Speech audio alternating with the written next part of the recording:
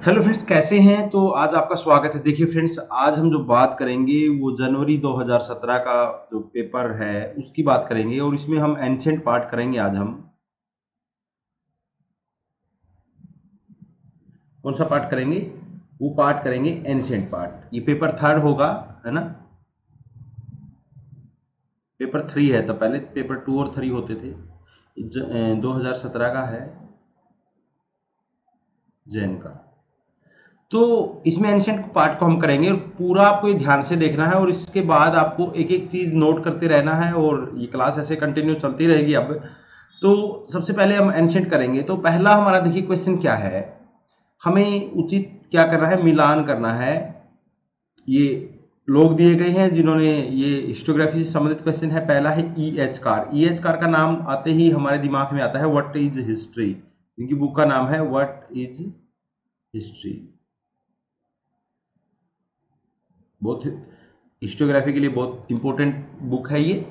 तो ईएचकार ने क्या कहा था? इसे ईएचकार ने कहा था कि जो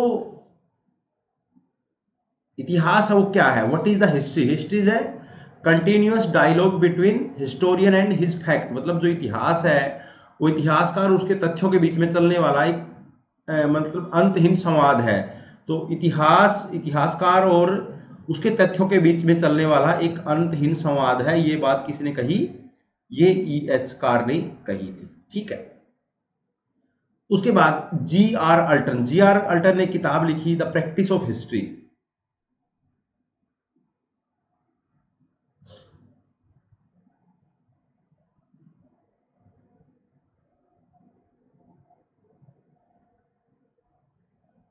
कौन सी किताब लिखी? जी आर अल्टन ने प्रैक्टिस ऑफ हिस्ट्री किताब लिखी। इन्होंने क्या कहा था? इन्होंने कहा था इतिहासकार जिसे लिखता है वही इतिहासकार है। हिस्टोरियन जो भी लिखता है वही इतिहासकार है, यानी इतिहासकार जिसे लिखता है वही इतिहास है। वो किसने कही? जी आर अल्टन ने। ठीक है। जी आर अल्टन ने क्या कहा कि इतिहासकार जो भी लिखता है वही इतिहास है। देन अगला जो बात है वो जे बी ब्यूरी क्या कहते हैं? J B Bury, J B beauty नहीं है, J B Bury. History is a science no less no more. History is a science no less no more. और जे बी ब्यूरी ने जो किताब लिखी थी, उन्होंने किताब लिखी थी freedom of thought, A history of the idea of progress लिखी थी उन्होंने। द आइडिया ऑफ, पहला तो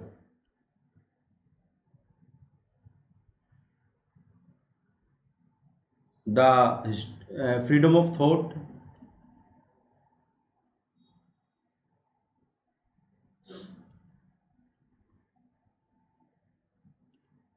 ठीक है। ये किताब उन्होंने कहा था कि इतिहास विज्ञान है, ना कम है ना अधिक है।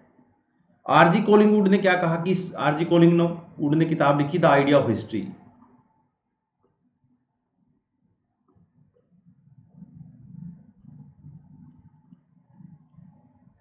द आइडिया ऑफ हिस्ट्री किताब लिखी थी। उन्होंने कहा था कि संपूर्ण इतिहास विचारों का इतिहास है। All history is the history of idea. तो इसमें हमारा क्या बन गया? इसमें हमारा जो ऑप्शन बनेगा हमें वो देखना है कि एक का चार किस्में हैं, दो का तीन किस्में हैं। ऑप्शन देख लेते हैं। इसको पूरा आपने वो करना है ना, इसी तरह से सभी को किताब ये लिख लेना। ये इसका सी, इसका ऑप्शन होगा हमारा, क्या होगा? C. Option C is right answer.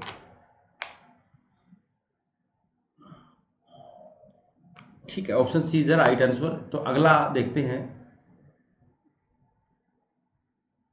सूची एक को सूची दो से मिलाना है और ये बताना है कि ये जो केंद्र हैं, स्टोन एज से रिलेटेड केंद्र हैं, ये कौन सा केंद्र किस स्थान पर है? और कौन सा केंद्र किस स्थान पर है?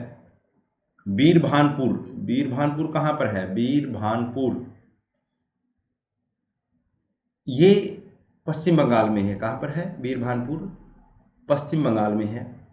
ठीक बात। उसके बाद बीरभानपुर कहां पर हुआ? पश्चिम बंगाल में। उसके बाद ये जो सारे केंद्र हैं ये मध्य पाषाण काल के हैं। कब के हैं ये? मध्य पाषाण काल।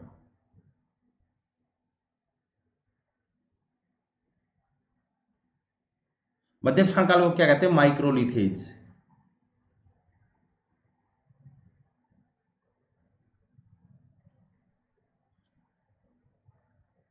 क्योंकि जो इसके औजार थे, इसके औजार इस समय इस के औजार कितने थे?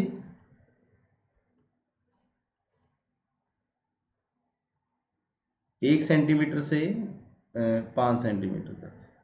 इसके औजार 1 सेंटीमीटर से 5 सेंटीमीटर के थे। और सबसे पहले जो इसके साक्ष्य की खोज की, इसके मध्यकाल के जो साक्ष्य की खोज की, किसने की थी? मध्यकाल के जो साक्ष्य की खोज की 1867 में सीएल कार्लाइल ने खोज की थी ना।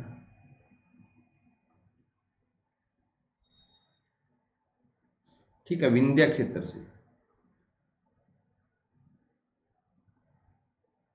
किस क्षेत्र से खोज की थी? विंध्य क्षेत्र से खोज की थी। ठीक है। और आपको पता होगा कि मध्यपाषाण काल में क्या शुरू हो गया था? मध्यपाषाण काल में पशुपालन की शुरुआत हुई थी।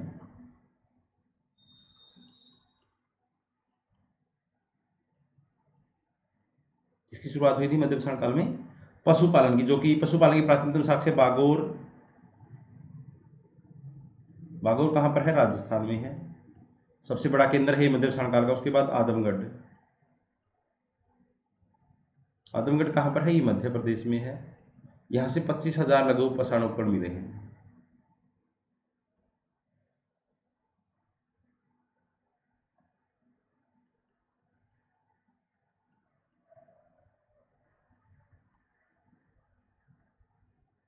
क्या मिले हैं? यहाँ से 25,000 लघु पाषाण उपकरण मिले हैं यहाँ से। ये ध्यान में रखना कि 25,000 लघु पाषाण उपकरण कहाँ से मिले हैं? कहाँ से मिले हैं? वो आदमगढ़ से मिले हैं। इसको ध्यान में आप रखेंगे।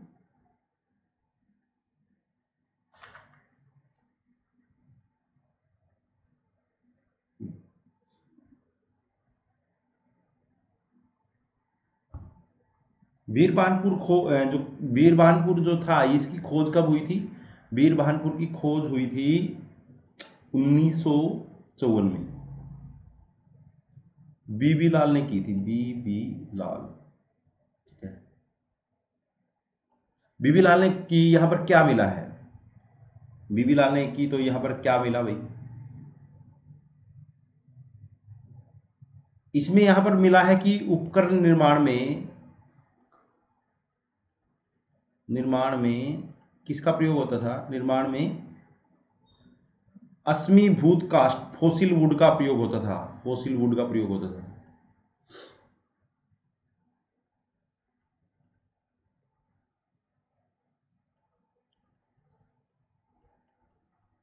फोसिल वुड का प्रयोग होता था। ठीक है, यहां से। उसके बाद लोटेश्वर और लंगनाज, ये दो केंद्र कहां पर हैं? लोटेश्वर और लंगनाज गुजरात में है। पैसरा बिहार में है। यहां से प्राचीनतम झोपड़ी के साक्ष्य मिले हैं।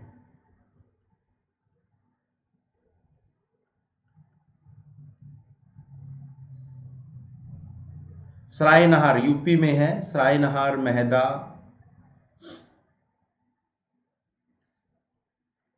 यहां से बूचड़खाना मिला है ना। और सराय नहार से मानवीय आक्रमण के पहला वो मिलता है साक्ष्य।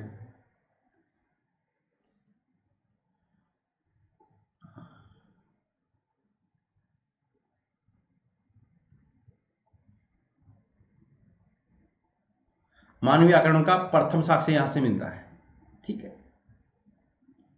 और यहां से 4 मानव कंकाल मिले हैं एक कब्र में। एक कब्र में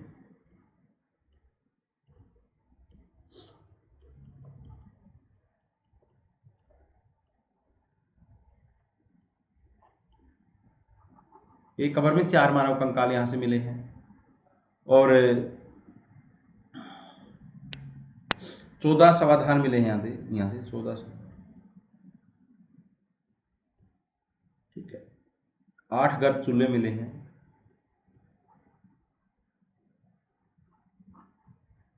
क्या मिले हैं? 8 गर्भ चूल्हे मिले हैं। तो उत्तर क्या हुआ? एक का लास्ट 2 का 2, ये उसके बाद 3 का 1, ये वाला उत्तर इसका हुआ। नोट करते रहना और आगे चलते रहना। भारतीय उपमहाद्वीप में आखेट और भोजन संग्रह की अवस्था से पशुपालन और कृषि की अवस्था में परिवर्तन के प्राचीनतम साक्ष्य कहां से मिले हैं? आपको पता है कि जो पशुपालन है ये मध्य पाषाण काल में शुरू हो गया था।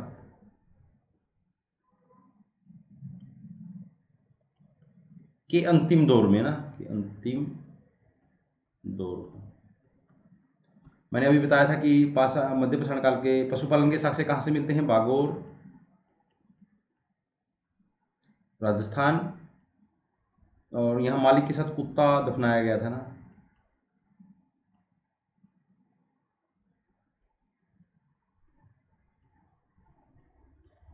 कुत्ता, और आदमगढ़, राजस्थान।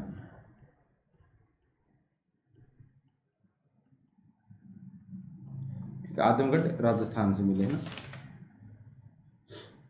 लेकिन जो कृषि के प्राचीनतम साक्ष्य कहाँ से मिलते हैं? कृषि कृषि की जो शुरुआत है वो कहाँ से मिलती है? मेरगढ़ से मिलती है। मेरगढ़ बलूचिस्तान में है ये, है ना। गेहूं और जौ मिलते हैं यहाँ पर सबसे पहले।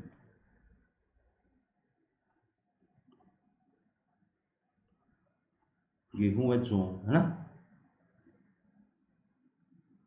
इसको क्या कहते हैं? ब्रेड बास्केट कहते हैं इसको, ब्रेड बास्केट।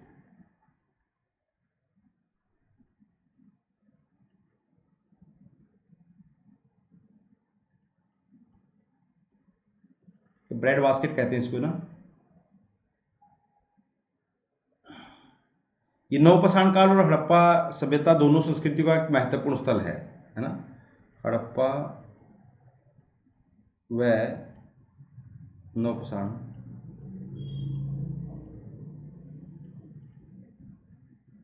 इस संस्कृतियों का मिलन स्थल कह लीजिए, कि संस्कृतियों का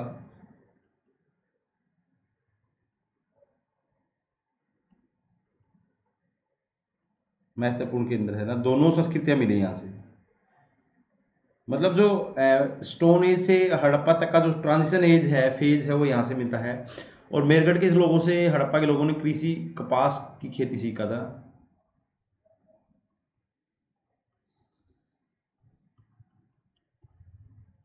कपास की खेती सीखा।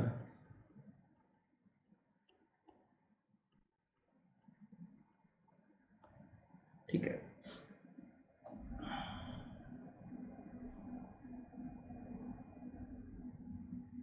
यहाँ से कौन कौन सी फसलें मिली हैं? गेहूं, जौ, अंगूर, कपास, है ना। प्राचीनतम चावल कहाँ से मिला है?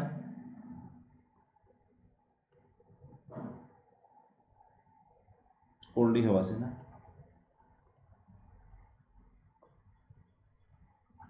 बेलन घाटी में है ये ना।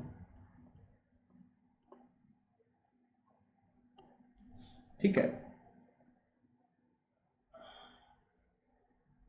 और भारतीय, यहाँ पर एक हंसिया मिला है जिसको फसल काटते हैं ना।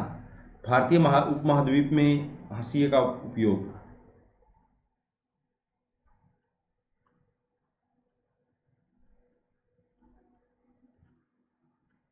क्या मिला है? हंसिया।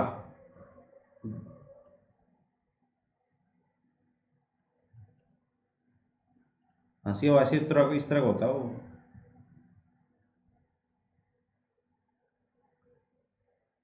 जिससे फसल काटी जाती है।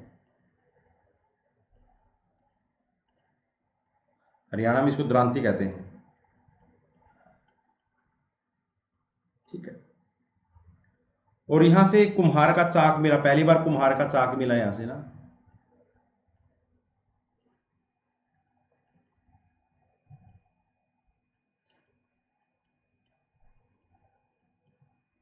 ठीक है। एक मृद भांड निर्माण क्षेत्र।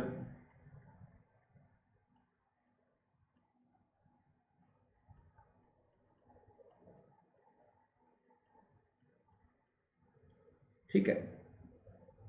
भैंस पालने का प्राचीनतम साक्ष्य यहाँ से मिले हैं, पालतू भैंस।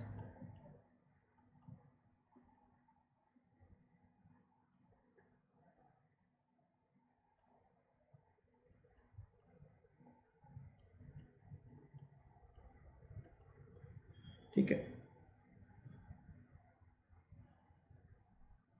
तो इतना सारा सामान यहां से मिला है ना। ये नवपाषाण काल का प्रमुख केंद्र है, नवपाषाण काल का ना।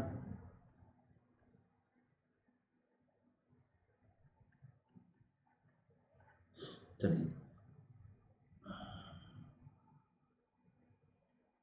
हड़प्पा का दक्षिण तुर्कमेनिस्तान के साथ, ये बताना है, कथन और कारण वाला क्वेश्चन है। हड़प्पा का दक्षिणी तुर्कमेनिस्तान के साथ गहरे व्यापारिक संबंध थे।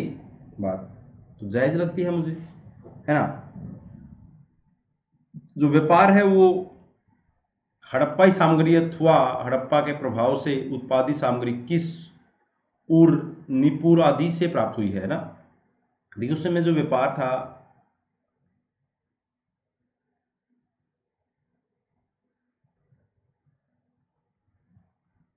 बार्टर सिस्टम से होता था,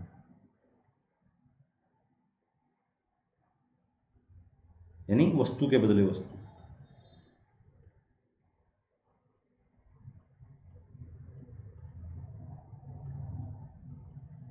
कैसे होता था, वस्तु के बदले वस्तु यहां से मंगाई जाती थी ना। तो सबसे पहले कौन सी चीज कहां से मंगवाई जाती थी।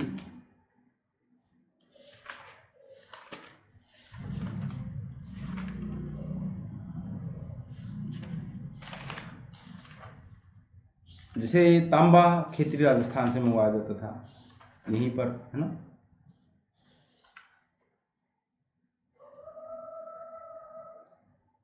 तुर्कमेनिस्तान से क्या मंगवाते थे, जेड मंगवाते थे, जेड, है ना। और ओमान से मोती तांबा मंगवाते थे, ओमान से।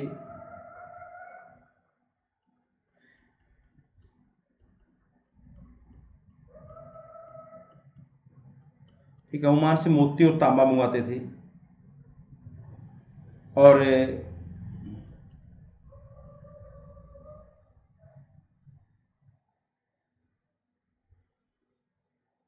कर्नाटक कोलार से क्या होता था, सोना, आज भी यहीं से आता है।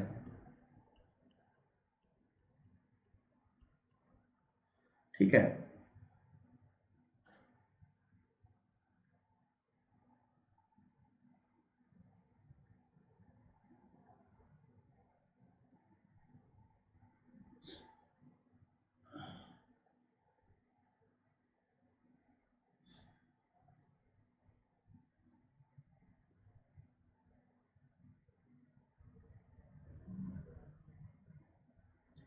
देखिए जो व्यापार है वो जल मार्ग से भी होता था। व्यापार स्थल दो, व्यापार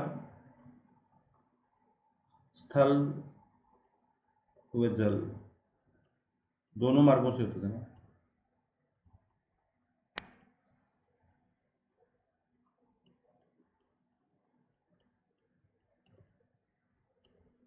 ठीक है, मोनजोदड़ो से,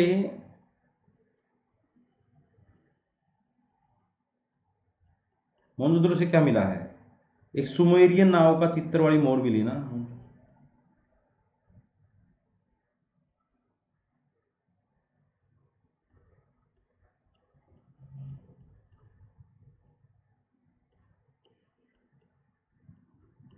ठीक है,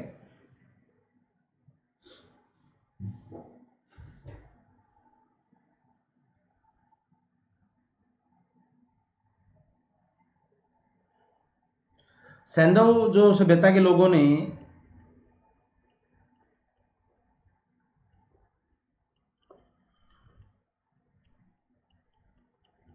अपनी वाणिज्यिक बस्ती कहाँ पर स्थापित की थी, अपनी वाणिज्यिक बस्ती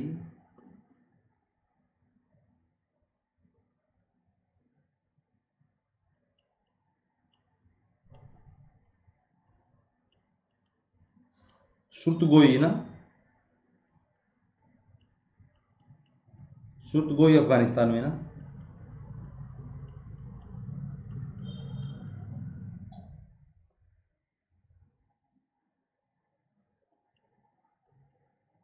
सुरतगोई अफगानिस्तान में स्थापित की हुई थी ना।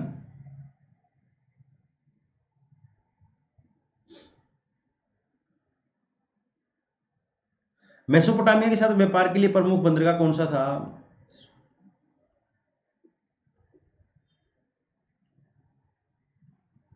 में प्रवेश के लिए प्रमुख बंदरगाह में प्रवेश के लिए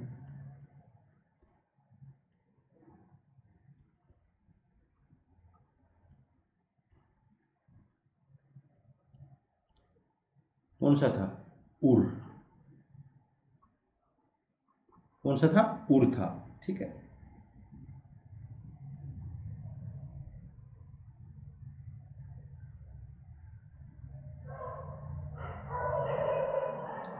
जो सुमेरियन जो सभ्यता है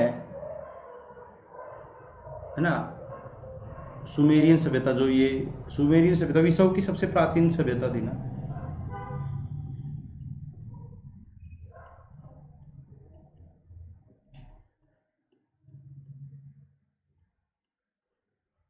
विश्व की सबसे प्राचीन सभ्यता थी ये ना।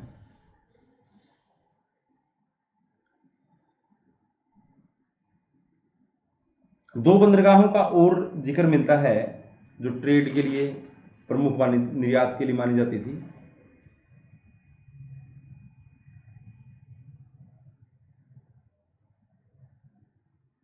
बहरीन मध्यस्थता का काम करती, बहरीन है ना, और एक थी दिलमुन।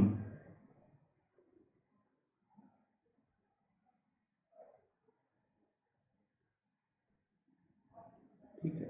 और जो सारगोन के लेखों में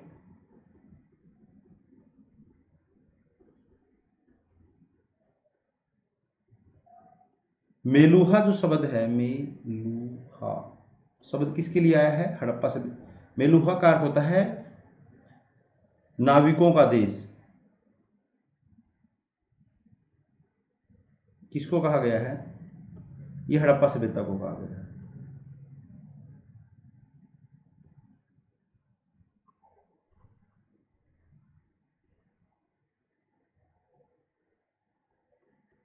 ठीक है,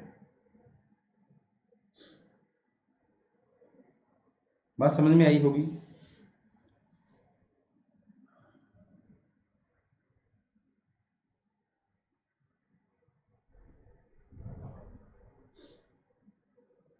चलिए, तो इसमें क्या हुआ, बात क्या हुई? ये ए और आर दोनों सही है, पर व्याख्या इसकी ये नहीं है। उत्तर हमारा बी होगा। पूरा समझ लेना इसको। Trade pattern of Indus valley है ये। धातु की खोज मानवीय इतिहास की एक क्रांतिकारी घटना है। सर्वाधिक तांबा देने वाली खाने भारत में किस स्थल पर है? भारत में सर्वाधिक तांबे वाली ना, खेतरी, राजस्थान। सर्वाधिक तांबे वाली जो कहां से मिलता है सर्वाधिक तांबा?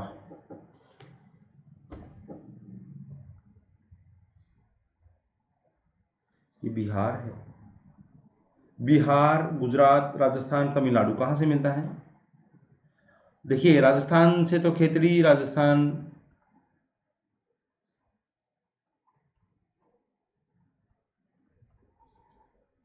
हड़प्पा के लोग सब तांबा मंगाते थे ना।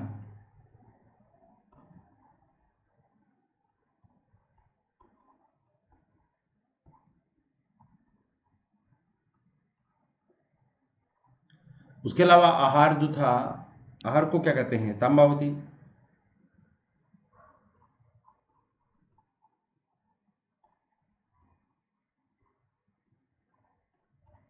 ठीक है, ये भी राजस्थान में है।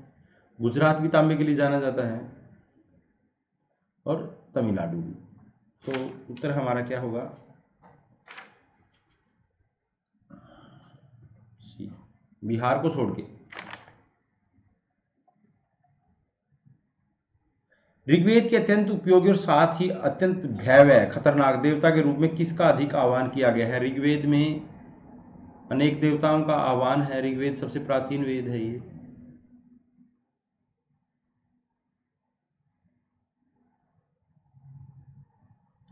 है ना? रचना का जो काल है 1500 से लेकर 1000 BC तक रचना हुई।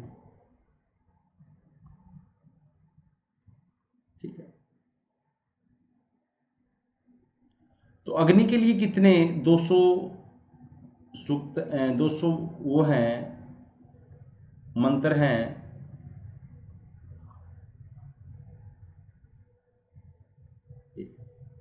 किसमें है ये? 5वें सूक्त में।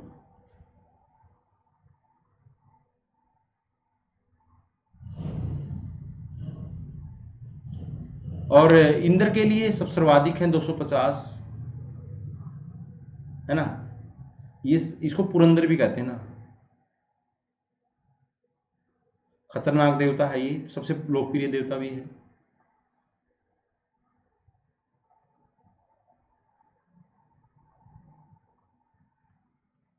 ना। तूफान, ये जो मरुत था ये किसका देवता है? तूफान का देवता।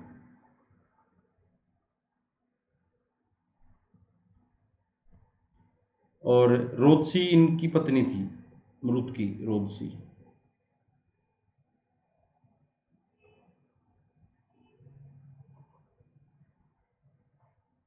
ठीक है।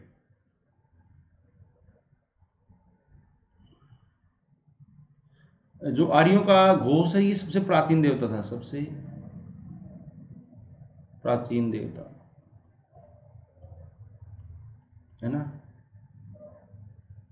इन देवताओं का पिता है ये।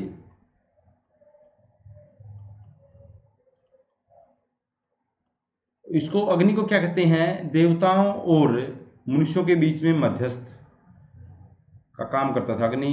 मनुष्य व देवताओं के बीच।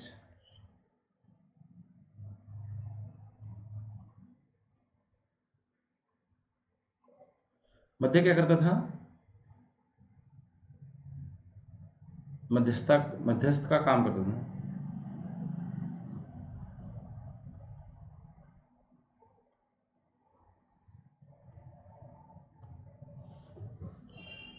बात समझ में आई? तो हमारा उत्तर इसका ये सी होगा। किस ग्रंथ में स्पष्ट किया गया है कि वैदिक सभी और सभा सभा व समिति दो अन्य अलग अलग संस्थाएं थी? किस में कहा गया है? ये अथर्ववेद में कहा गया है। सभा और समिति को प्रजापति की दो पुत्रियां कहा गया है ना।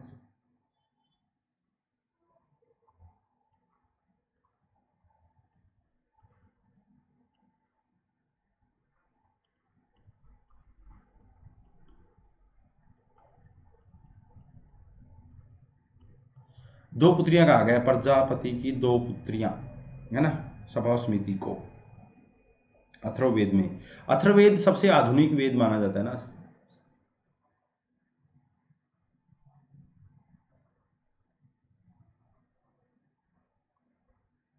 सबसे आधुनिक वेद है। इसको ब्रह्म वेद भी कहते हैं, है ना। वैदिक काल में 3 संस्थाएं थी प्रमुख।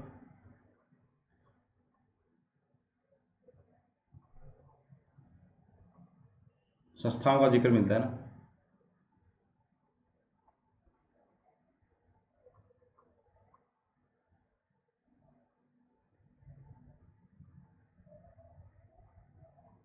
सभा का जिक्र 8 बार, समिति का 9 बार। समिति के अध्यक्ष को कहते, समिति के प्रधान को ईशान कहते थे। ये राजा का चुनाव करती थी ना, आम लोगों की सभा होती थी, आम लोगों की सभा, आम लोगों की वो संस्था थी। इसके बाद है विदत।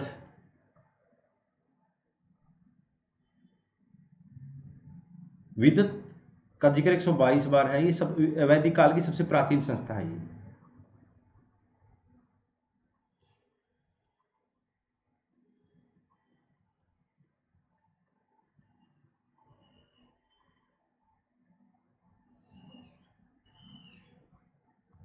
ठीक है, इसमें महिलाएं भी भाग ले सकती थी।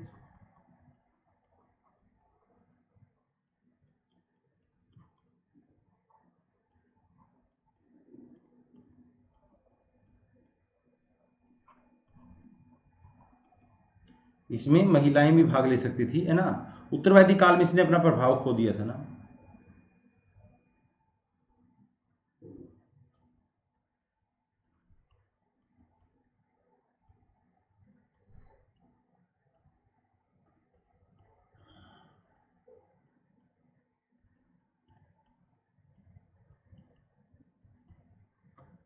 ठीक है। शतपथ ब्राह्मण है सबसे प्राचीन सबसे प्राचीन ब्राह्मण है ये यजुर्वेद का ब्राह्मण है ना।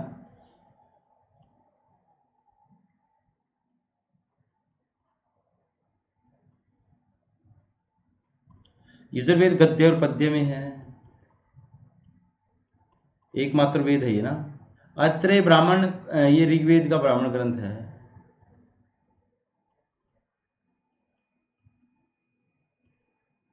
इसमें राज्याभिषेक का जिक्र है।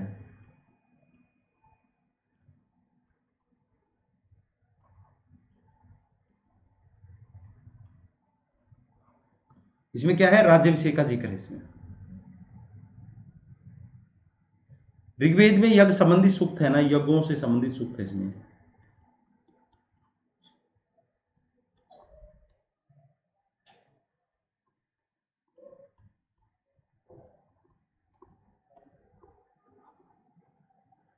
ठीक है, तो उत्तर हमारा ये अथर्ववेद है।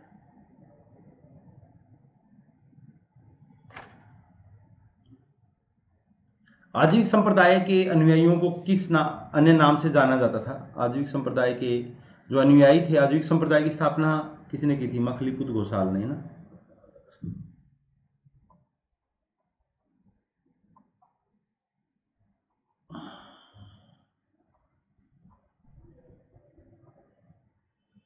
किसने की थी, मखलीपुत घोषाल ने आजीविक संप्रदाय की स्थापना की थी। ठीक है।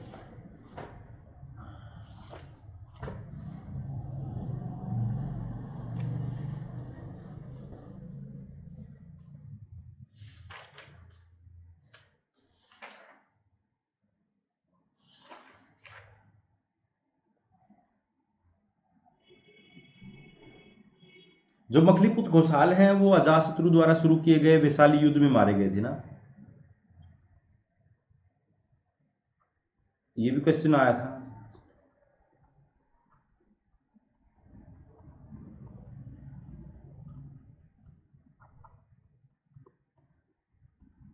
वैशाली युद्ध में मारे गए।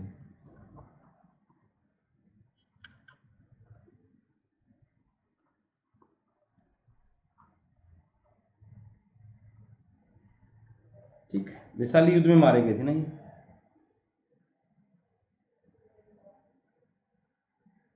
इसको ध्यान में रखना ना।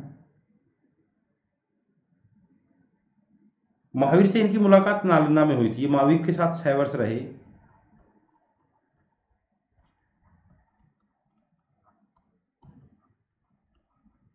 मुलाकात कहाँ हुई थी दोनों की, नालंदा में। बाद में दोनों की किसी बात को लेकर बिगड़ गई और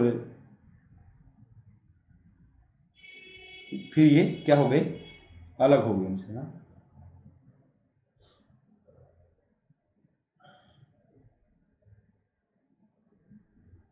महात्मा बुद्ध घोषाल को अपना सबसे बड़ा विरोधी बताते थे महात्मा बुद्ध।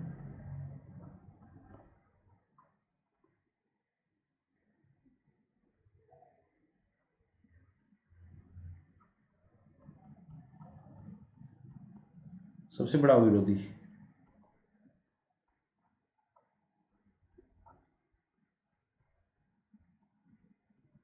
ठीक है, सबसे बड़ा विरोधी बताते थे। ये जो इनका जो प्रमुख केंद्र, आजीविकों का प्रमुख केंद्र श्रावस्ती था। क्या था प्रमुख केंद्र, श्रावस्ती। ठीक है, सर्वाधिक पशु और ये नगर अवस्था में रहते थे।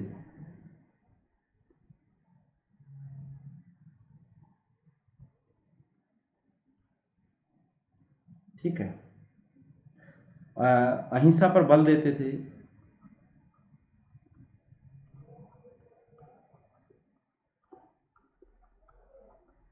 है ना।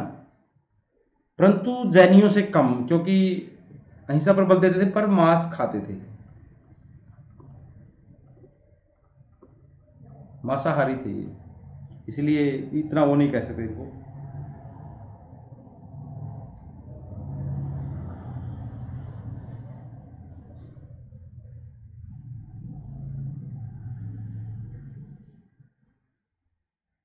ये मोक्ष में विश्वास करते थे,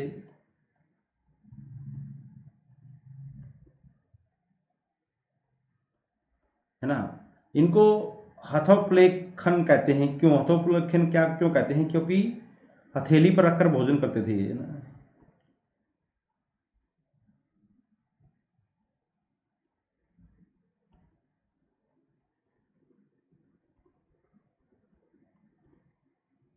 है ना, हथेली पर रखकर भोजन करते थे।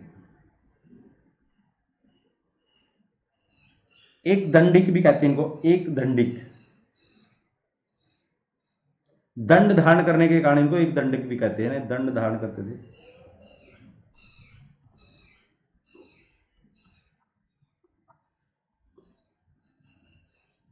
ठीक है, ये दिन में केवल एक बार भोजन करते थे।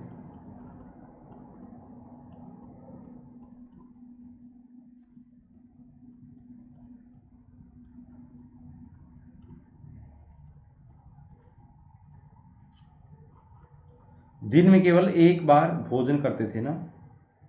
और विनय पिटक में के अनुसार इनकी आवाज को क्या कहते थे? विनय पिटक के अनुसार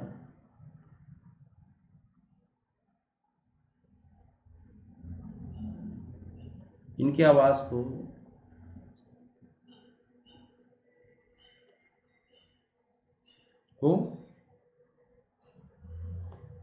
से कहते थे, से।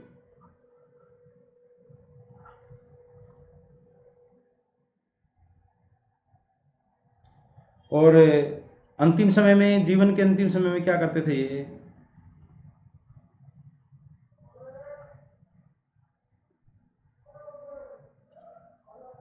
नाच गान के साथ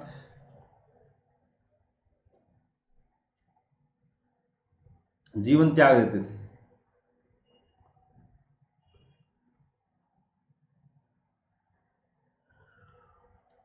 ठीक है, तो यहां पर इसका ये आएगा, एक और दो है इसके।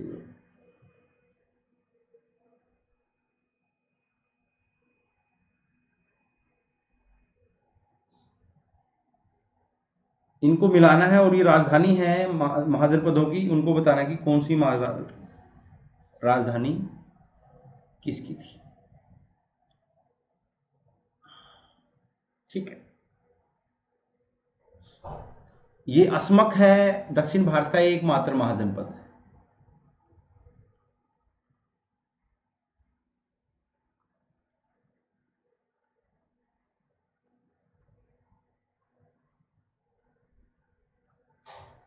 गोदावरी के तट पर था ये ना।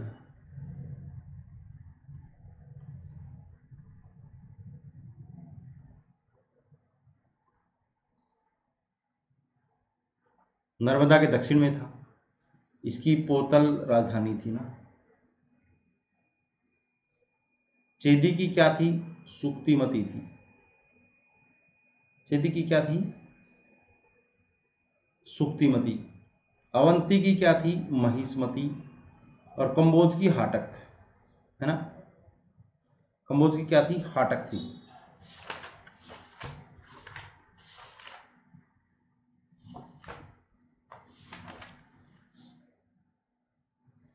और महावस्तु में कंबोज को क्या कहा गया है? देखिए, इसका जिक्र 16 महाजनपदों का जिक्र कहाँ है?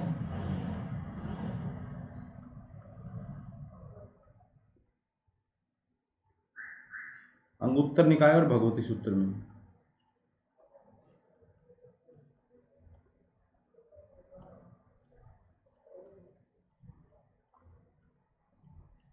महावस्तु में दो अलग हैं। कंबोज के लिए क्या शब्द है? दर्शन या दर्शान। और गांधार के लिए शिव।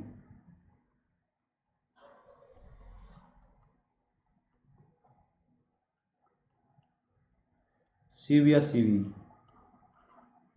ठीक है, ये चीज आप ध्यान में रखना।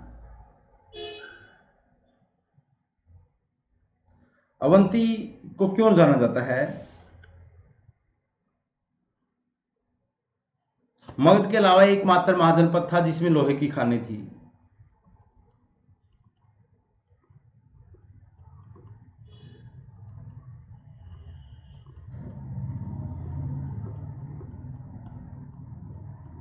जहां लोहे की खानें थी।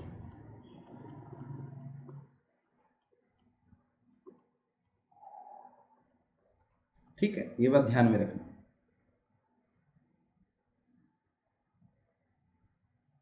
ये कंबोज घोड़ों के लिए प्रसिद्ध था।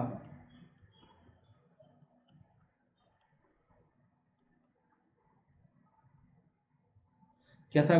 कंबोज है वो घोड़ों के लिए प्रसिद्ध था।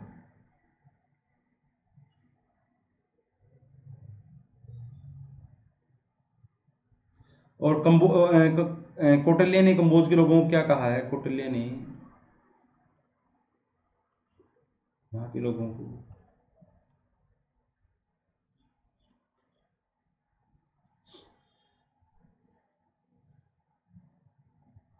वार्ता शास्त्रोपजीवी, वार्ता शास्त्रोपजीवी।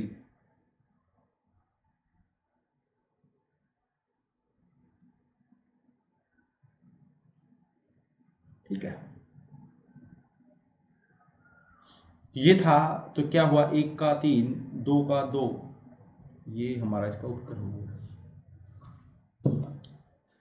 आई थिंक आपको समझ में आ रहा होगा। कॉपी में अपना लिखते रहना, नोट्स बनाना डिटेल से। मैक्सनीज द्वारा लिखित इंडिका लुप्त हो चुकी है, लेकिन उसके अंश यूनान और रोमन के विभिन्न जो लेखक हैं उनके जो रचनाएं हैं, लेख हैं, उनकी रचनाओं में मिलते हैं। तो मैक्सनीज भारत आने वाला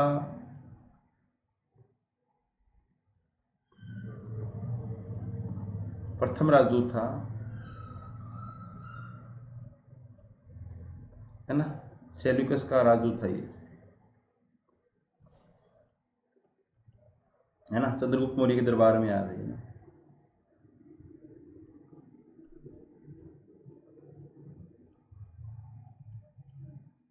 तो इसने कहा कि भारत में अकाल नहीं पड़ते ना।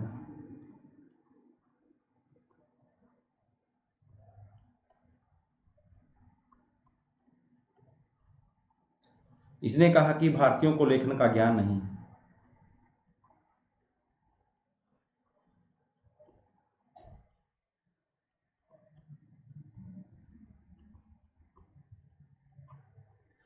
और इसने कहा कि भारतीय समाज 7 वर्गों में बटा हुआ है। दार्शनिक सबसे ऊपर बताए थे।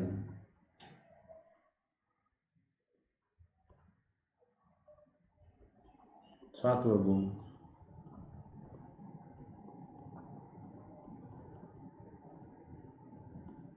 7 वर्गों में बटा हुआ है भारतीय समाज, इसने ये बात बोली थी। ठीक है, इसने पाटलिपुत्र को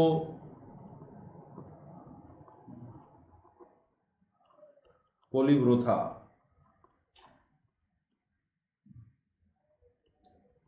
और चंद्रगुप्त मौर्य को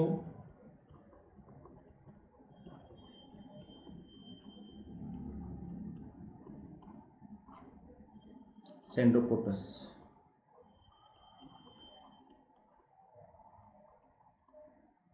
इसलिए कि भारतीय समाज में दास नहीं है।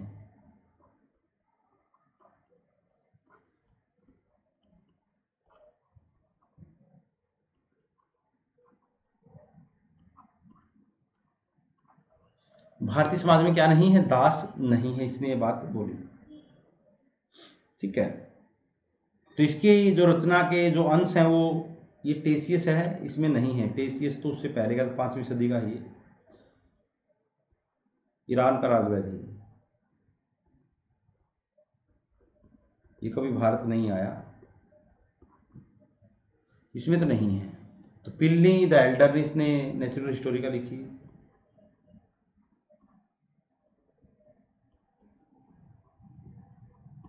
लैटिन भाषा में ना।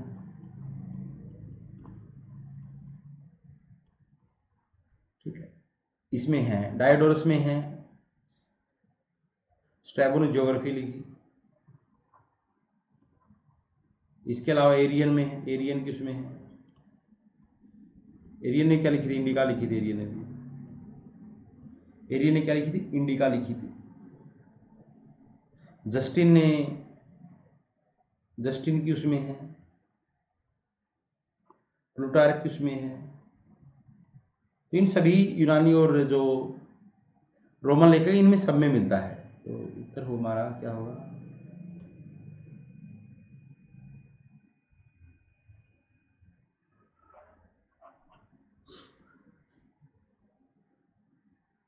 निम्नलिखित में से अशोक के रूमनदेही स्तंभलेख के विषय में क्या सही नहीं है। अशोक का रूमनदेही कहां पर है, लुम्बिनी में है ना।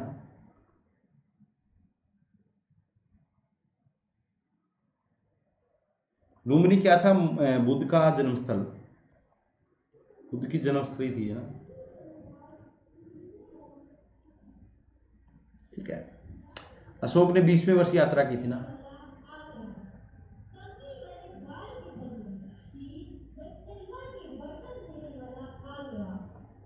बीसवें वर्ष की यात्रा की इसने, 20वें वर्ष। यहाँ पर यह लुम्बिनी में स्थित है, जिसमें अशोक ने समय यहाँ यात्रा की थी, 20वें वर्ष की थी ना।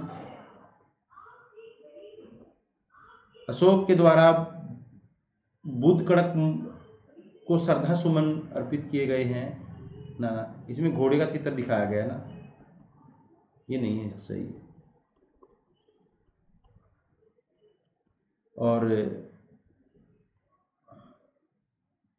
अशोक ने लुम्बिनी ग्राम को बलि से मुक्त कर दिया था, और उसने यहाँ पर कर की मात्रा 1/6 से घटाकर 1/8 कर दिया था। इसको इस रूमनदेही अभिलेख को क्या कहते हैं, रूमनदेही अभिलेख को क्या कहते हैं, आर्थिक अभिलेख कहते हैं।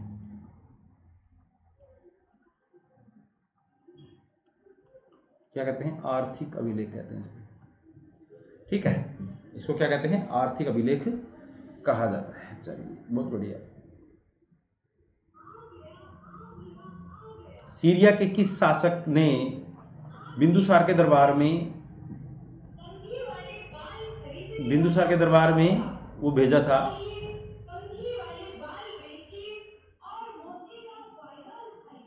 राजपाल किसको भेजा था,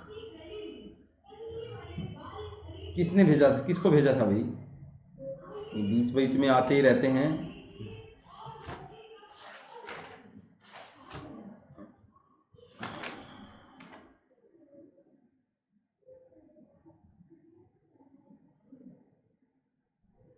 किसको भेजा था बिंदुसार के दरबार में, डायमेक्स को भेजा था ना। इसको भेजा था डायमेक्स को ना। स्ट्रैबो ने सबसे बड़ा झूठा कहा इसको ना, झूठा नंबर 1 कहा इसको ना, इसको भेजा था। और ये कहते जो बिंदुसार है, ये आजीविक संप्रदाय को मानता था। क्या था ये, आजीविक संप्रदाय को मानता था।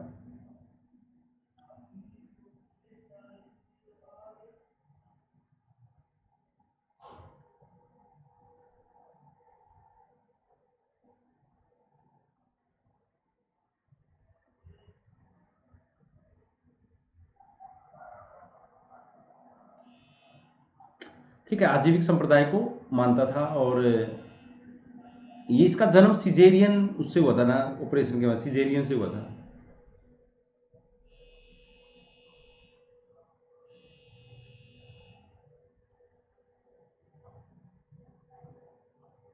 ना मध्यकाल में बहलो लोधी का हुआ था।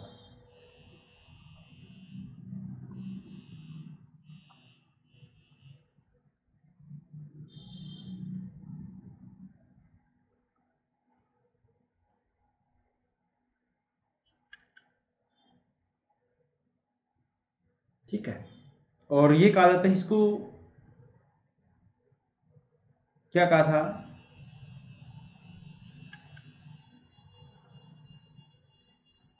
सिजेरियन क्या होता है, सर्जरी ऑपरेशन। जो आजकल ज्यादातर बच्चों का जन्म ही सर्जरी से ही होता है ना। इसको इसके विभिन्न नाम हैं, बिंदुसार के, भद्रसार, है ना, सिंह सेन, है ना, अमित्र घात, कोई दुश्मन ना हो जिसका ना, अमित्रो, मित्रो, केडीज, है ना। सांची के एक अभिलेख में बिंदुसार का नाम मिलता है।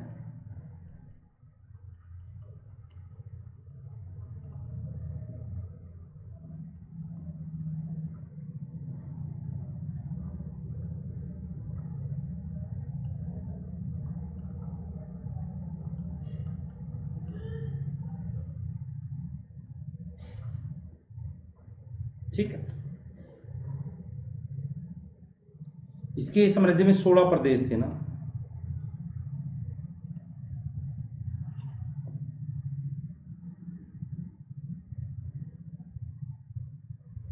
इसी समय तक्षशिला में विद्रोह हुआ था ना।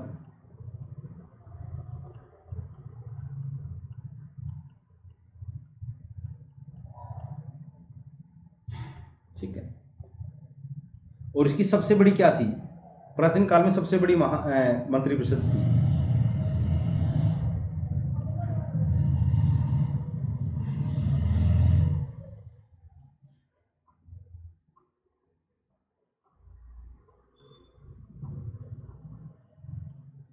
ना, सबसे बड़ी मंत्रिपरिषद इसी की थी, जिसमें 500 सदस्य थे।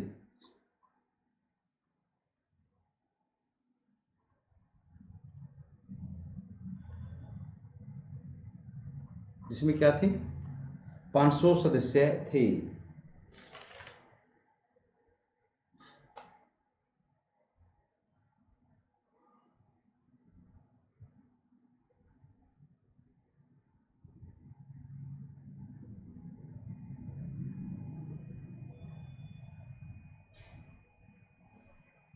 चलिए अगला क्वेश्चन।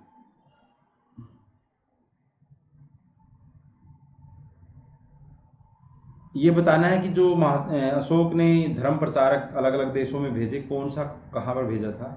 देखिए, अशोक ने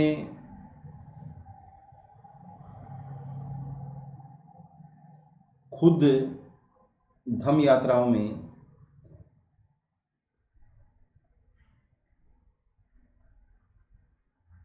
256 रातें लगाई।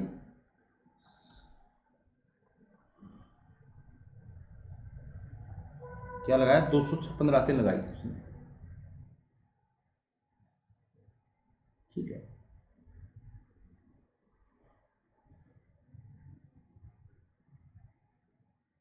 उसने 10वें वर्ष धर्म यात्रा शुरू की थी ना।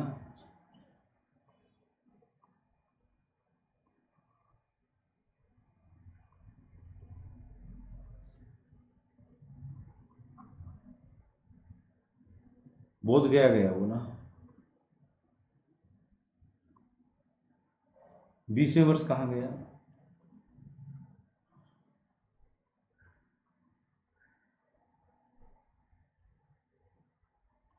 लुम्बिनी गया वो।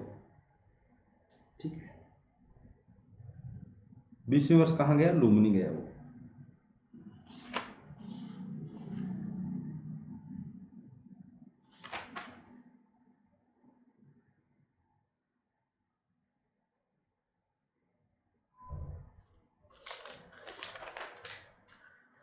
उसने जो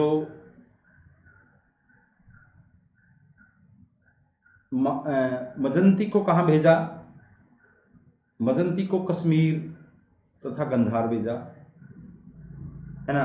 मज्जिम को कहाँ भेजा,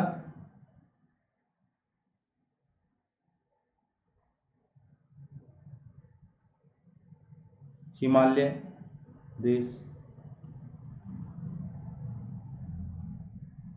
ठीक है, हिमालय देश उसको भेजा ना। उसके बाद महारक्षित को कहाँ भेजता है वो,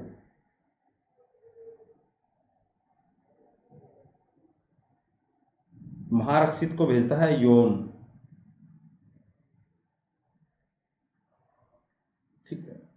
महारक्षित को कहां भेजता है? यौन। और महादेव को?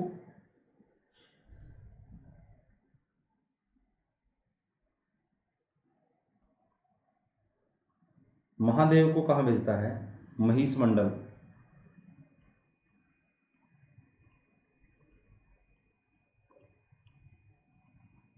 ठीक है, उसके बाद महाधर्म रक्षित को कहां भेजता है? महाराष्ट्र, है ना। धर्म रक्षित को महाराष्ट्र भेजता है। और धर्म रक्षित को कहां भेजता है?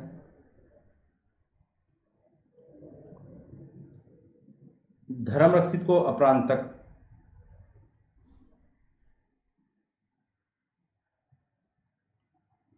ठीक है। सोन और उत्तरा को कहां भेजता है? सोन और उत्तरा, सोन और उत्तरा को कहां भेजता है? स्वर्ण भूमि। सोन और उत्तरा को स्वर्ण भूमि भेजता है। ठीक है। और संघमित्रा,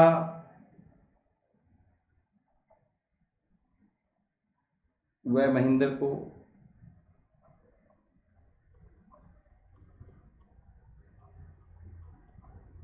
श्रीलंका, है ना। श्रीलंका में सर्वाधिक सफलता मिली ना।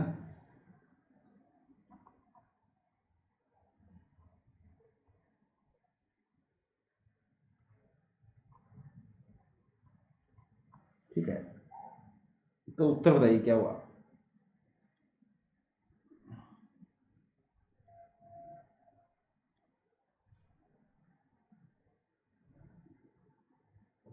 एक का एक, दो का लास्ट।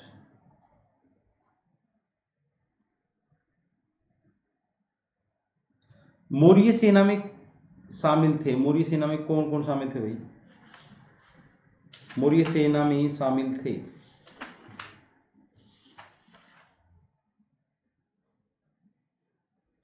मौर्यों की जो सेना थी नंदों से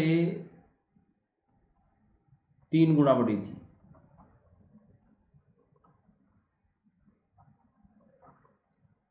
है ना। प्लूटार्क क्या कहता है कि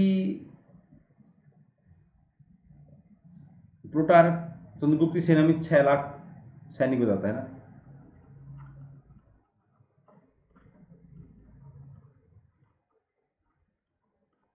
मौर्य की सेना में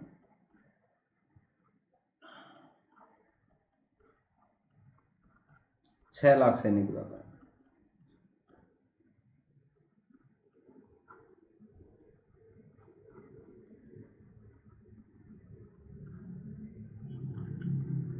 ठीक। और पिल्नी इनकी संख्या 80,000 बताता है। पिल्नी कितनी संख्या बताता है? पिल्नी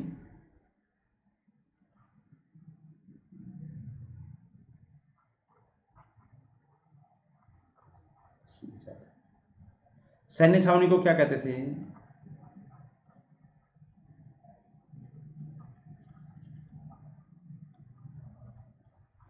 गुल्लम।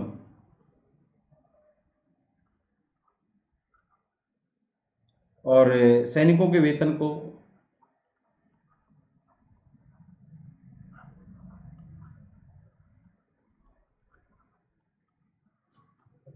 गुल्लम दे।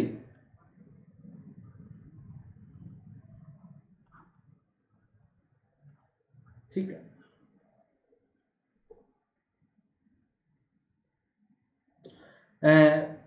कौटिल्य सेना के 3 श्रेणी बताता है।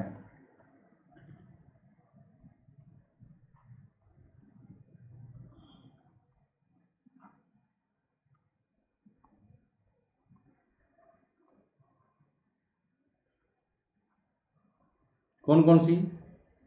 राजा की स्थायी सेना,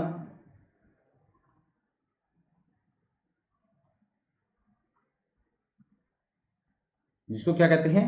मोल सेना कहते हैं। ठीक है। किराए की सेना दूसरी।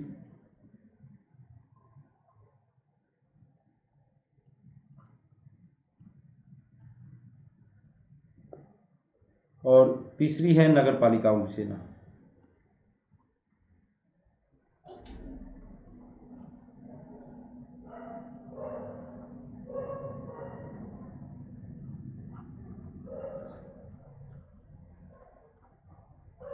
नगर पालिकाओं की सेना।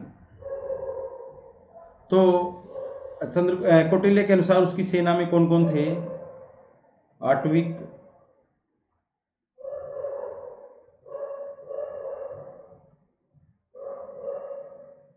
चोर, जो चोर गण कहते हैं, चोर गण, मलेच्छ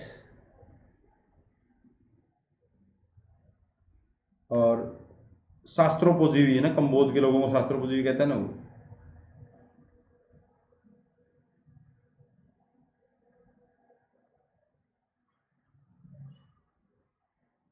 ठीक है।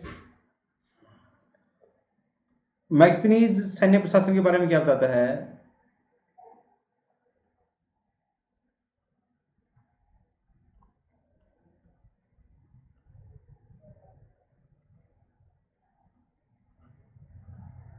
प्रशासन को संभालने के लिए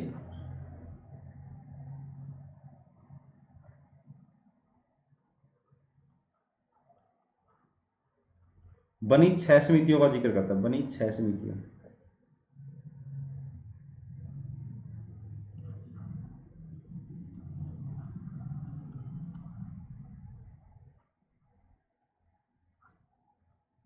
ठीक है। प्रत्येक समिति में 5 सदस्य होते थे।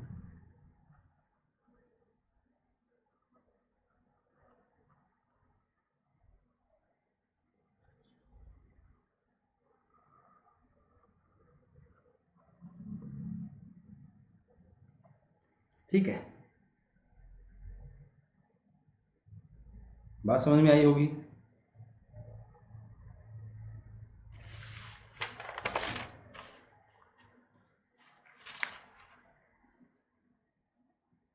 तो इसमें पादित सेना भी होती थी, अश्वरोही, रथ, गज, सारी तरह की सेना होती थी।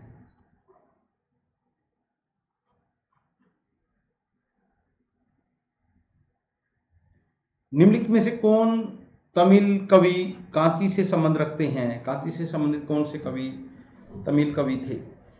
कांची से संबंधित तमिल कवि कौन कौन से हैं? अपर और सुंदरमूर्ति, ये दोनों ही नयनार संत हैं। ये नयनार संतों की संख्या कितनी होती थी? 63 थी, है ना। नयनार कितने थे? 63। ये मामलूनार ने क्या लिखा था? ऐना नारू लिखा था।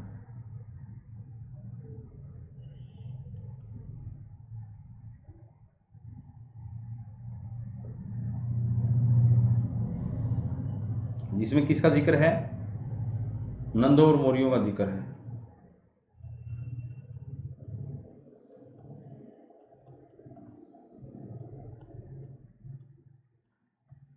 ठीक है। ये जो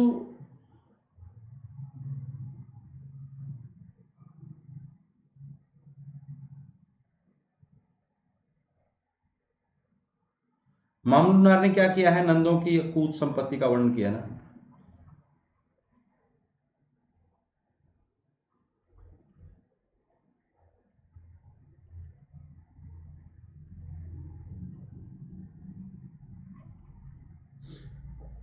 ठीक है।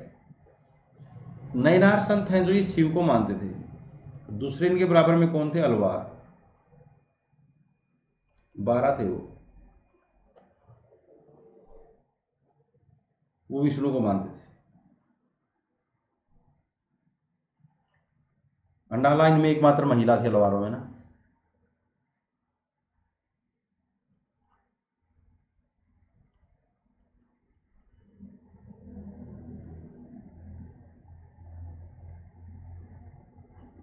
ठीक है, एकमात्र महिला अंडाला थी।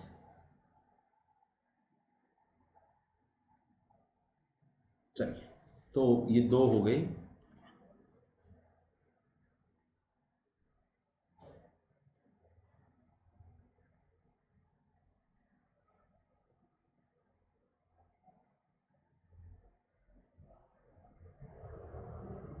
इसको ये एक और ये आएगा, इसका ये इसमें ये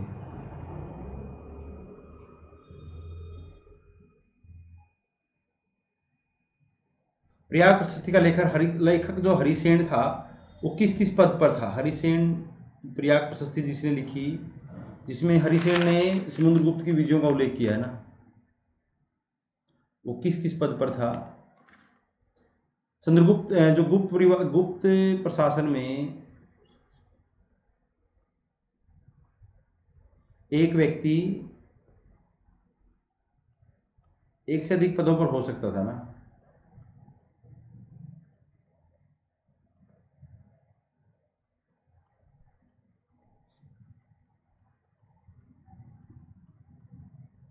इसका ही उदाहरण है ये ना, एक से अधिक पदों पर हो सकता था, इसका उदाहरण ये है।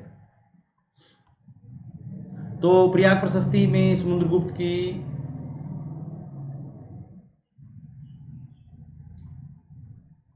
कितनी 100 विजयों का उल्लेख है ना।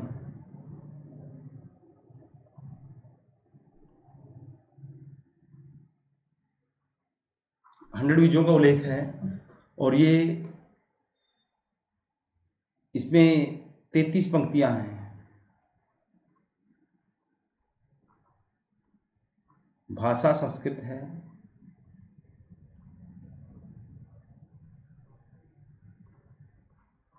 शैली चंपू है,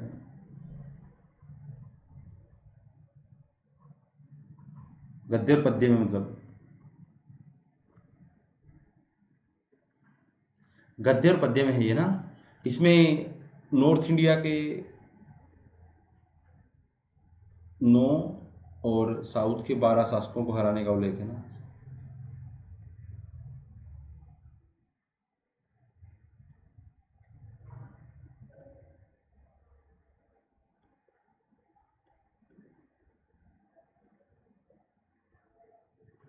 ठीक है, साउथ के 12 शासकों को हराने का उल्लेख है।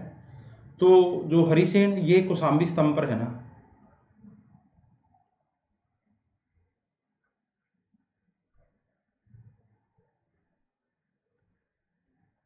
जो कौशाम्बी स्तंभ में कारुआकी का नाम मिलता है ना,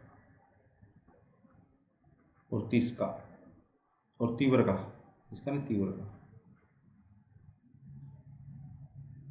तो कौशाम्बी स्तंभ को इलाहाबाद कौन लेके गया था?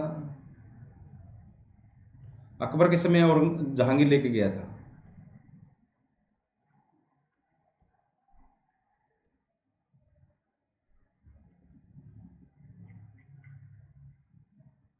ठीक है, तो इसके ऊपर जहांगीर और बीरबल का लेख भी है ना।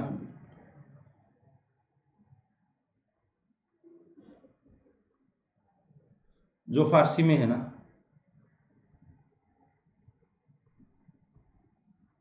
तो ये क्या क्या था, ये कुमार, ये क्या क्या था? हरिसेन किस किस पद पर था? ये कुमार मात्य था, महादंड नायक था, संधि विग्रह था। तो ये था ये सारा। प्रयाग प्रशस्ति में समुद्रगुप्त की अश्वमेध यज्ञ का जिक्र नहीं है ना। ये बाद में करवाया था।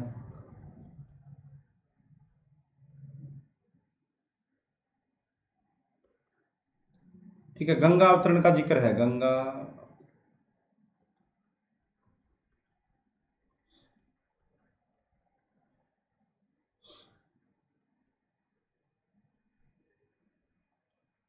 निम्नलिखित में से कौन विशालकाय जैन प्रतिमा है? इनमें से कौन सी जैनों की विशालकाय प्रतिमा के लिए जाना जाता है? कौन सी है वो चीज, जगह? वो श्रवण बेलगोला में है ना। श्रवण बेलगोला में गोमेश्वर की एक आसम प्रतिमा है वो, है ना। गोमेश्वर की मूर्ति है श्रवण बेलगोला, जहां पर अंतिम समय में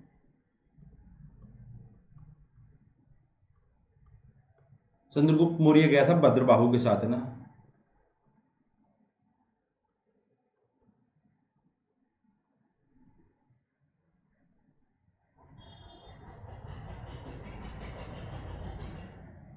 सलेखना विधि से प्राण त्यागे यहाँ पर, है ना।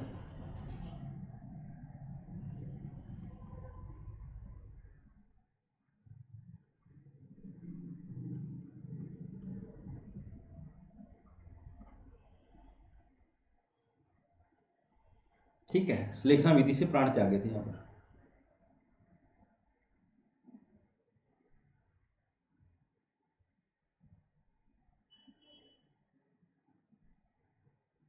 इसका जो ये प्रतिमा थी गोमेश्वर की मूर्ति चामुंड राय ने बनवाई थी,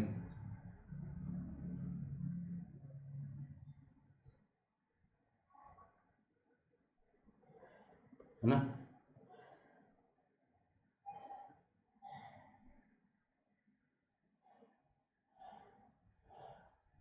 मथुरा से प्राचीनतम जैन स्तूप मिला है ना।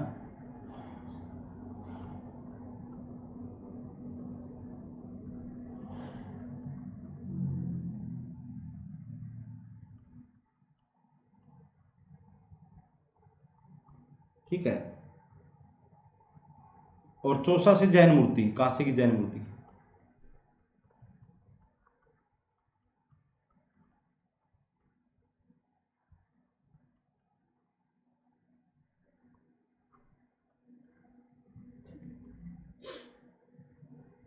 ये श्रवण बेलगोला कहां पर है? ये कर्नाटक में है। चलिए, बहुत बढ़िया। देखते रहिएगा और लिखते रहिएगा अपने नोट्स, और अपना जो भी आपको लगे कि ये बच गया उसको दोबारा से लिख लेना। समुद्रगुप्त के निम्न में से किन अभिलेखों में उसे परम भागवत कहा गया है? समुद्रगुप्त को परम भागवत, इसको लिच्छवी दोहित्री भी कहते हैं ना,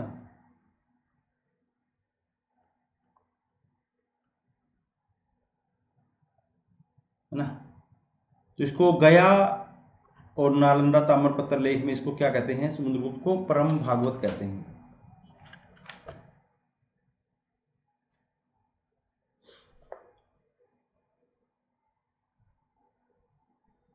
दूसरा, इसको वीएस स्मिथ ने क्या कहा था? भारत का नेपोलियन।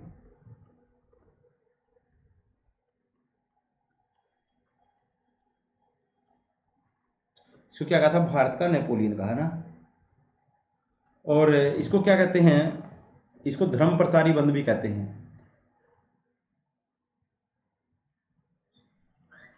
धर्म प्राचीर बंद कहते हैं इसको ना, कविराज कहते हैं इसको।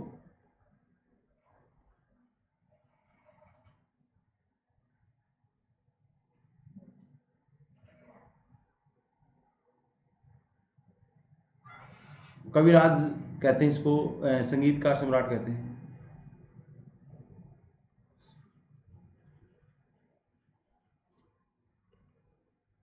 ठीक है।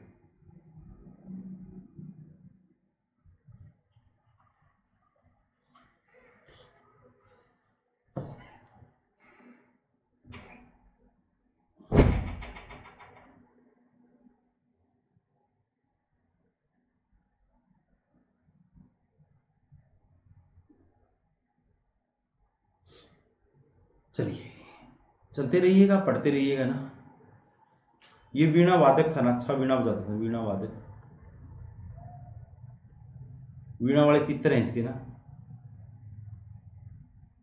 कुमार गुप्त प्रथम, है ना, प्रथम के द्वारा कौन से, किस प्रकार के सवर्ण सिक्के चलाए गए? सवर्ण सिक्के किस प्रकार के? देखिए, कुमार गुप्त प्रथम ने क्या किया था? सर्वाधिक प्रकार के सिक्के चलाए। गुप्त शासकों में सर्वाधिक प्रकार के सिक्के किस शासक ने चलाए?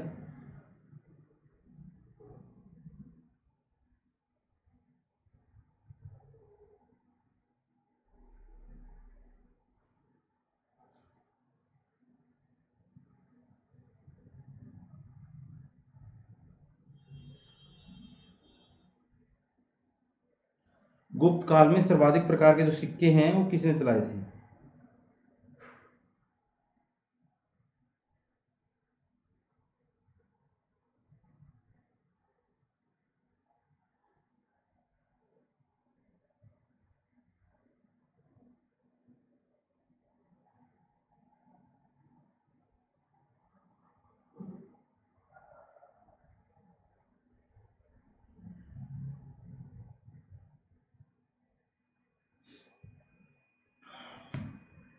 तो इसने 14 से 15 प्रकार के सिक्के चलाए ना।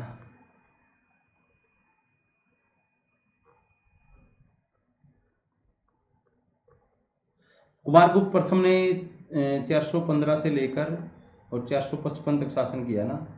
सबसे लंबे समय तक शासन करने वाला गुप्त शासक है ये।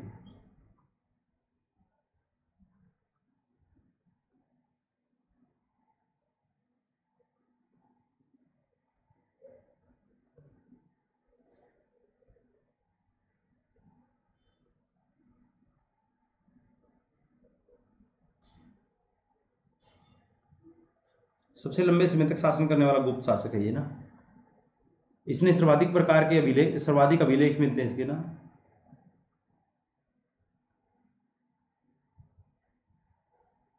पहला गुप्त शासक है जिसके अभिलेख बंगाल से मिले हैं।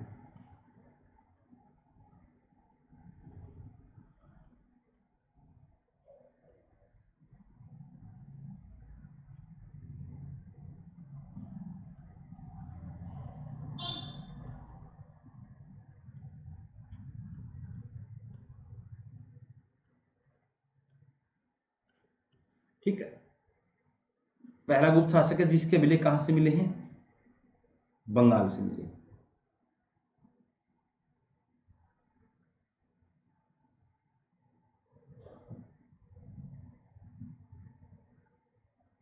और बयाना निधि से इसके कितने सिक्के मिले हैं,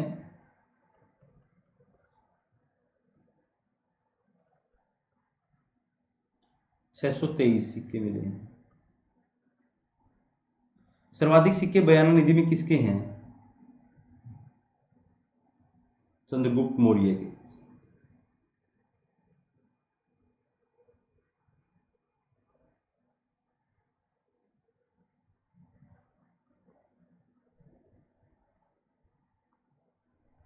ओ सॉरी, चंद्रगुप्त द्वितीय के।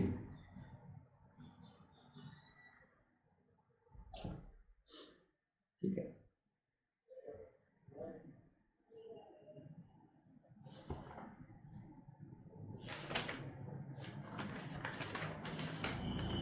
तो इसने खड़गधारी प्रकार, खड़ग निहंता, है ना, गजारोही, है ना, अप्रतिरक, है ना, कार्ते के प्रकार के सिक्के चलाए इसने।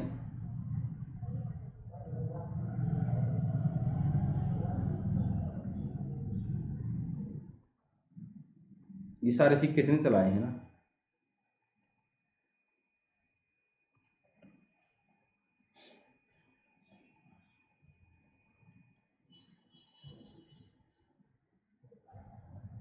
सूची 1 को सूची 2 से मिलाना है और उत्तर इनके बारे में बताना है कि कौन सा शासक किस वंश का था।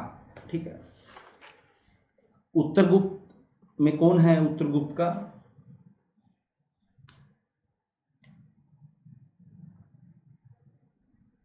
कृष्ण प्रथम है ना। उत्तरगुप्तों की वंशावली कहां से मिलती है,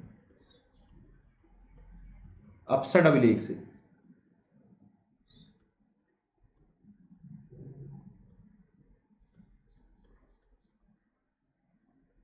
इसमें मिलती है, अपसड अभिलेख में मिलती है ना।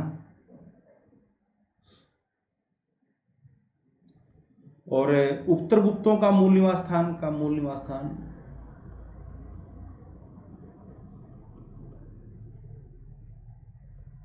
मालवा। मतलब इनका गुप्त शासकों से कोई लेना देना नहीं था, है ना। मोखरी,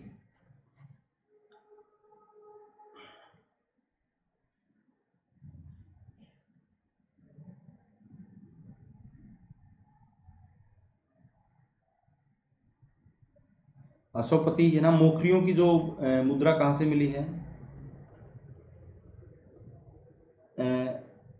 भिटोरा और अयोध्या से।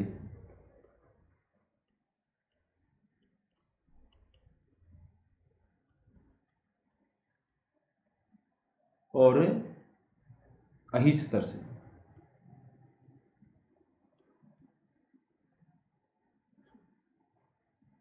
ठीक है, पुष्यभूति वंश की स्थापना नरवर्धन ने की थी। पुष्यभूति वंश हर्षवर्धन का वंश था ना। राजधानी थानेश्वर थी इनकी स्टार्टिंग में।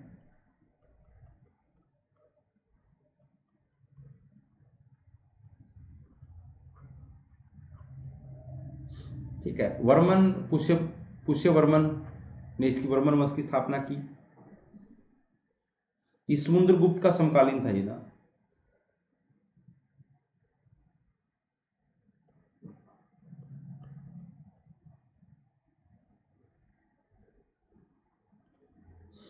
ठीक है,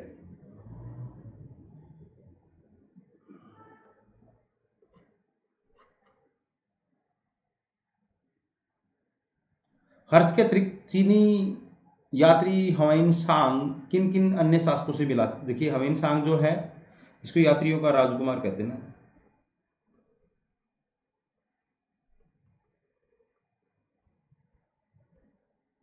629 में कपीसा पहुंचा ही है ना, कपीसा सबसे पहले पहुंचा। 6 वर्ष नालंदा में रहा ना।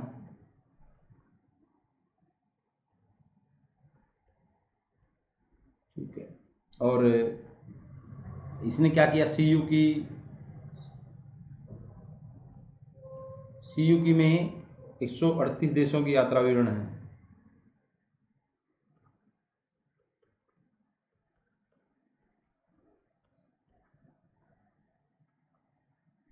ठीक है। ये बिना अपने देश के शासक की अनुमति के आया था, बिना किसी अनुमति के देश के भ्रमण पे आया था।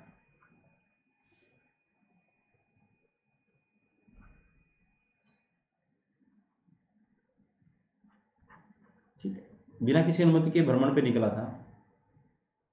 बाद में जब ये वापस गया तो इसका स्वागत हुआ ना, जाने पर स्वागत हुआ।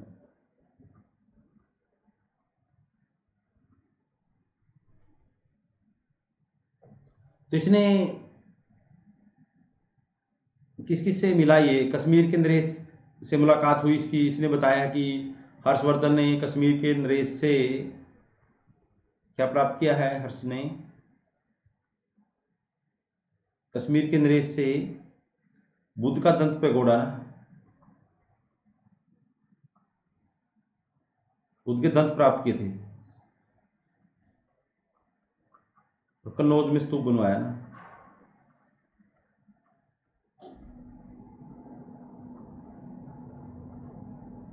कांची के नरसिंहवर्मन प्रथम के समय गया ये।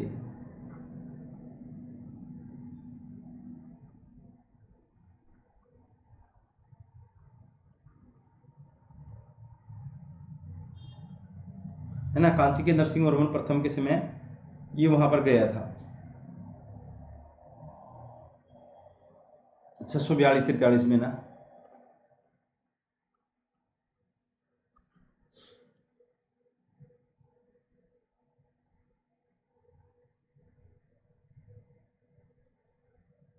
उसके बाद ये वल्लभी नरेश से मिला। तो ये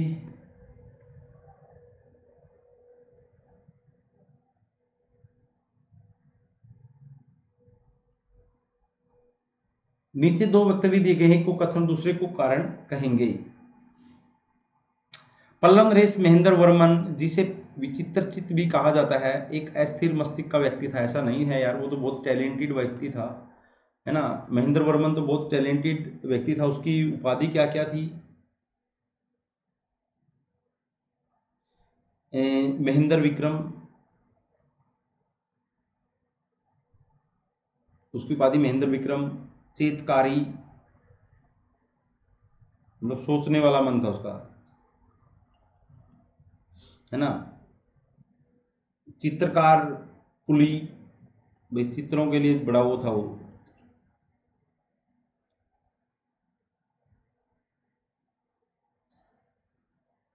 ठीक है। चित्रों चित्रों में इसका मतलब होता है चित्रों में व्याग्र है, चित्रों को बनाना। वो चित्र बहुत प्यारे थे उसको, चित्रों में व्याग्र है, लगन थी उसको। विचित्र चित्त आविष्कारक मन था उसका, विचित्र चित्त आविष्कारक मन।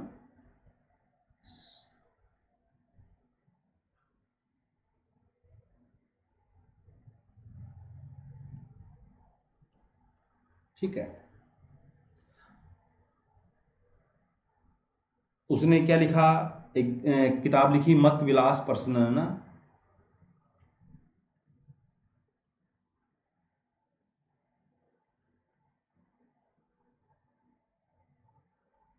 इसमें बौद्धों का और कापलिकों का मजाक उड़ाया गया है ना।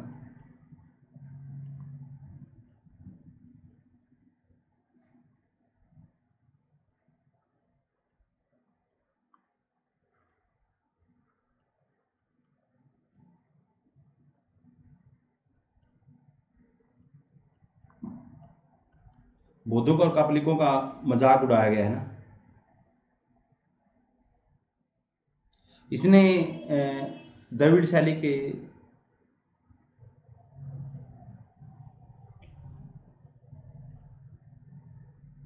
चट्टान का काटकर मंदिर बनाने की शुरुआत की है ना।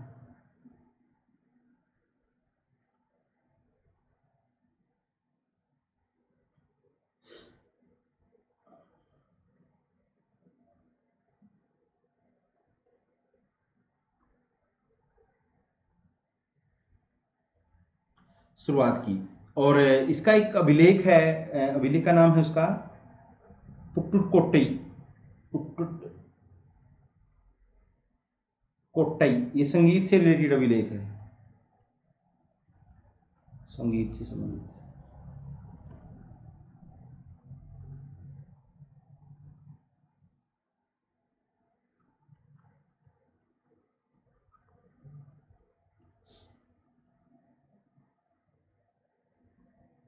इसमें खास बात क्या है, ए गलत है आर सही है, और उसके बारे में पूरा पढ़ लेना। निम्नलिखित में से किस मंदिर का शिखर द्रविड़ शैली का है? किस मंदिर का शिखर द्रविड़ शैली का है? ये ग्वालियर के तेली जो मंदिर है, इसका जो शिखर है ये द्रविड़ शैली का है, और ये 100 मीटर इसकी ऊंचाई है ना। ये भुवनेश्वर का ये नागर शैली का मंदिर है।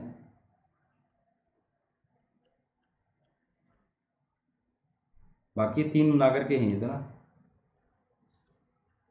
सबसे प्राचीन शैली थी ना।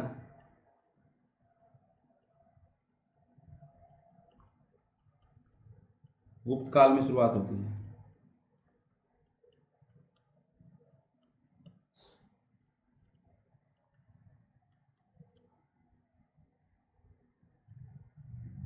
दक्षिण भारत के किस राजवंश का यह दावा है कि उनके पूर्वज पहले अयोध्या से शासन करते थे? किसका? ये कल्याणी के चालुक्य जो हैं वो दावा करते हैं कि उनके शासक कहाँ से शासन करते थे? दक्षिण भारत से। ओ सॉरी, अयोध्या से शासन करते थे ना। 59 यहाँ इस वंश के अभी इस वंश के अभिलेखों से ज्ञात होता है, से ज्ञात होता है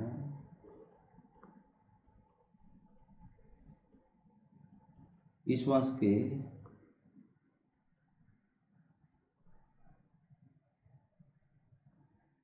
59 राजाओं ने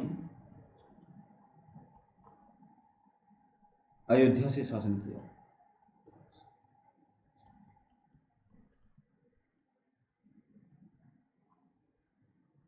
ठीक है।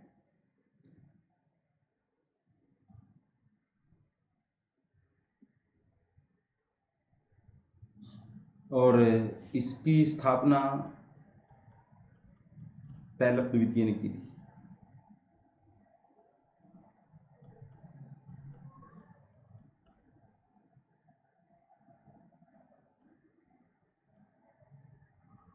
ठीक है। इसने चालुक्य संवत चलवाया था।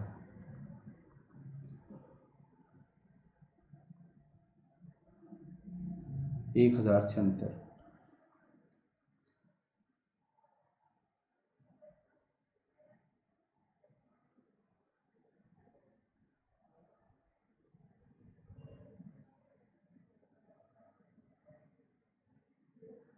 चलिए,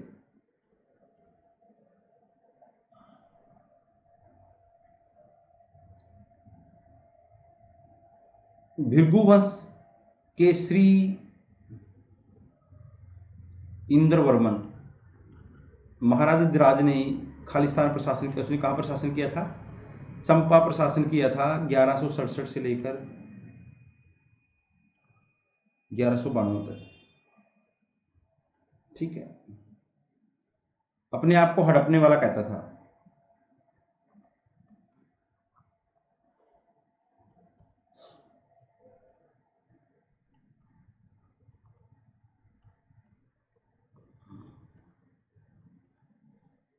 है ना।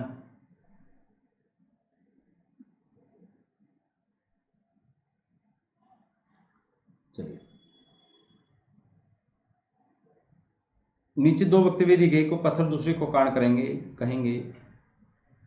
भंडारकर वीर शैवों को लिंगायत संप्रदाय के समक्ष रखते हैं और उनका प्रादुर्भाव से उनका जो उदय हुआ शैवों के आराध्य स्कूल से मानते हैं। ये एक क्या था,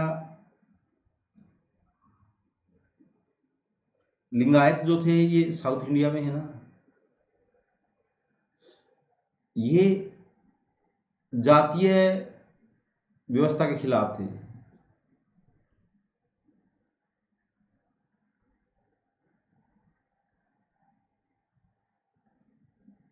अहिंसा में विश्वास करते थे।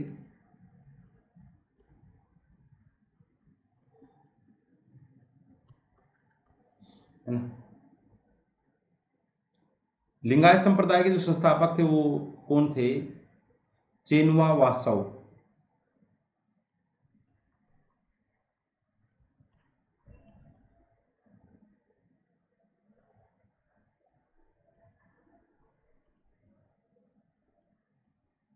ठीक है,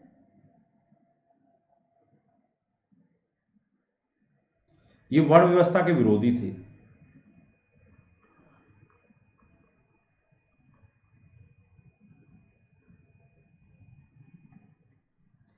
और आपको पता है कि जो शैव थे कौन से संत थे? वो नयनार संत होते थे ना, 63 थे।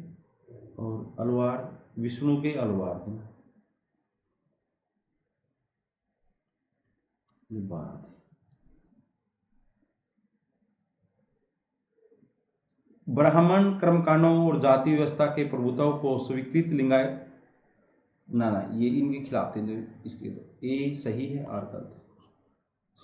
तो फ्रेंड्स ये था, तो इसका नेक्स्ट पार्ट बहुत जल्दी आपके सामने होगा और आप इसको देखते रहिए। पूरा कोर्स आपने जो भी अभी जितने बार आप देखेंगे आपका कन्फर्म है, अगर इस पूरे कोर्स को आप देख लेते हैं तो एग्जाम कोई रोक नहीं सकता, है ना। दुनिया का एकमात्र ऐसा कोर्स है ये, जो एकमात्र कोर्स जो आपके किसी भी एग्जाम को क्रैक करवा सकता है। तो फ्रेंड्स थैंक यू।